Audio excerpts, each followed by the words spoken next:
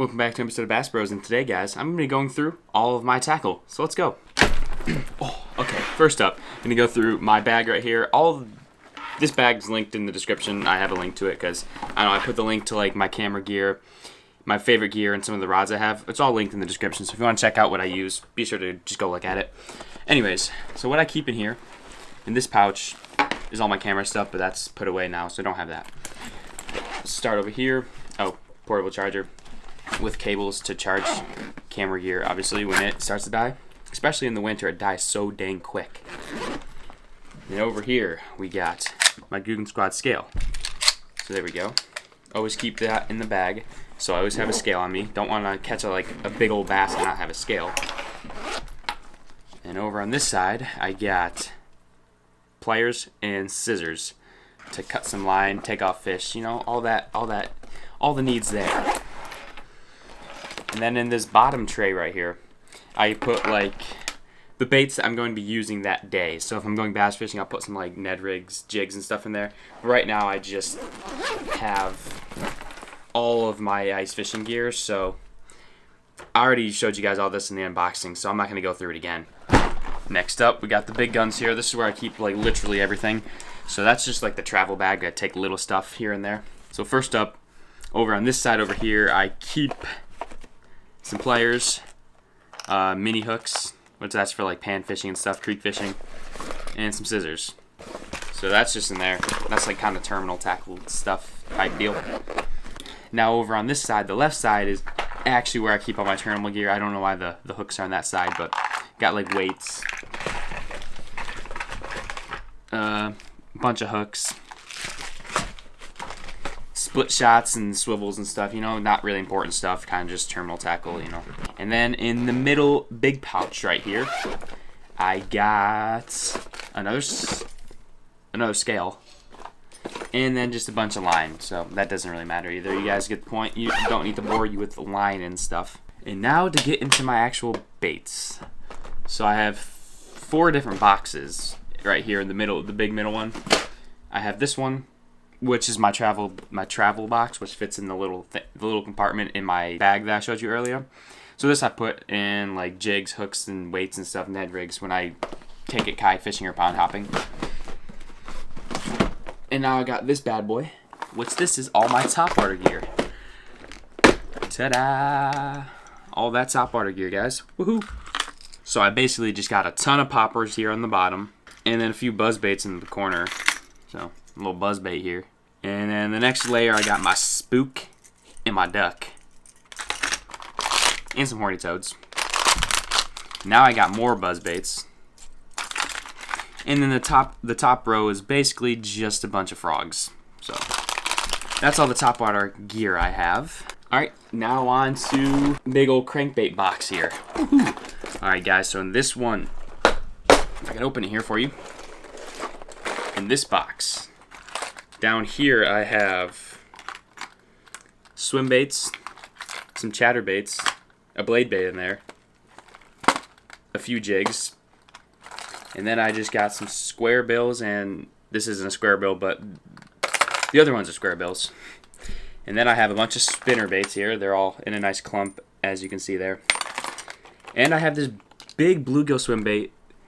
Not really that big, but anyways, I have a nice bluegill swim bait here that I was planning on making a video during the summer, but then I ended up never filming it. So that's going to be a video for this summer. And now right here I got a jerk bait and some little spinners there. I love those little MEP spinners. They do some dirty work on those bass. Now over here, I got some deep divers that I really never use because I feel like these are for trolling and deeper waters, but I fish a ton of weeds. Walled Lake is full of weeds. Basically every lake around me is full of weeds, so those don't really help at all. And now over here, my personal favorite of the crankbaits, lipless crankbaits. So I got a whole variety of those, colors, and a bunch of different colors. Love lipless crankbaits. And then over here I have 2 big old musky lures. But again, I don't really use those because I don't fish for muskie.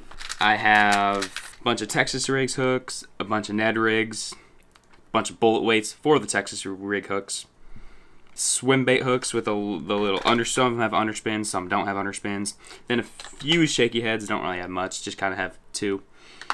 And then some treble hooks that I bought just for tip-ups that I have. Over here is like wacky rigs. These are like weighted wacky rigs. Then swim bait jigs over here, kind of my favorite as well, some swim bait jigs. And then I have a bunch of drop shot weights and drop shot hooks. The hooks are not supposed to be in there, but that's okay. And then got like a few bobbers and stuff that I don't really use too often when I panfish sometimes. But yeah, guys, that is all my tackle there. Now on to the soft plastics. Alright, here's all the soft plastics. I keep them in this nice old taped up cardboard box. Does great for storage. Alright guys, so I have all of these things labeled with what baits are where, so I'm nice and organized. You always gotta stay organized with baits, at least try your best. So my first section here is actually not a section, it's just miscellaneous stuff. So just like used baits, some little gulp worms that I should use more, but I don't. Then we have some, those probably smell nasty. It's like dead minnows that are, I don't know why they're in there. Anyways, because I got some more of them and put them in the freezer so like they stay preserved for ice fishing, like tip-ups and stuff. Anyways, now I got some Ned rigs. This is about all the Ned rigs I have. Kind of just like threw them all in the same bag. Don't know if I'm supposed to do that, but oh well. Now I got swim baits. Got a bunch of Yum swim baits. Got some smaller ones.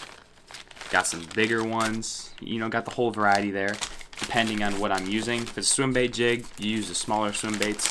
If it's like a big old underspin, then you want to use a bigger presentation to get those fish, those hungry fish to just, you know what I'm saying? Now I got some finesse worms. Over here, some like thumping dingers, little trick worms, and stuff that you'd throw in a drop shot, whatever this is called.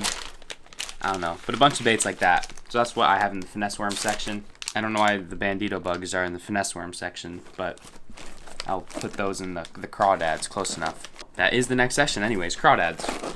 So I got some, I don't really have any crawdads, what the heck. Like I do, but. So we got some nice old Yum Christy Craws. These do some dirty work, guys. And then I got some missile baits. So yeah, so just a bunch of like crawdads and creature baits and stuff around those lines. And then my last section, guys, is my most favorite here. We got Yum Dingers. You already know, guys. Got a bunch of Yum Dingers. Actually, I don't have a whole lot compared to like how much I would like. But this is my all-time favorite color, green pumpkin with a neon tail. So I'd recommend this color. It works really well for me. Not saying it's gonna work well for you, but where I fish, it works really well. So yeah, guys, that's basically it. Anyways, I hope you guys did enjoy this video of this little tackle showing for you all. And I can't wait for the spring to be able to use this stuff again, catch some big old bass. Try to break my PB during the spawn, guys. That is the goal for sure. But if you guys did enjoy this video, be sure to leave a fat thumbs up. And as always, stay tuned. Till next time on Bass Bros.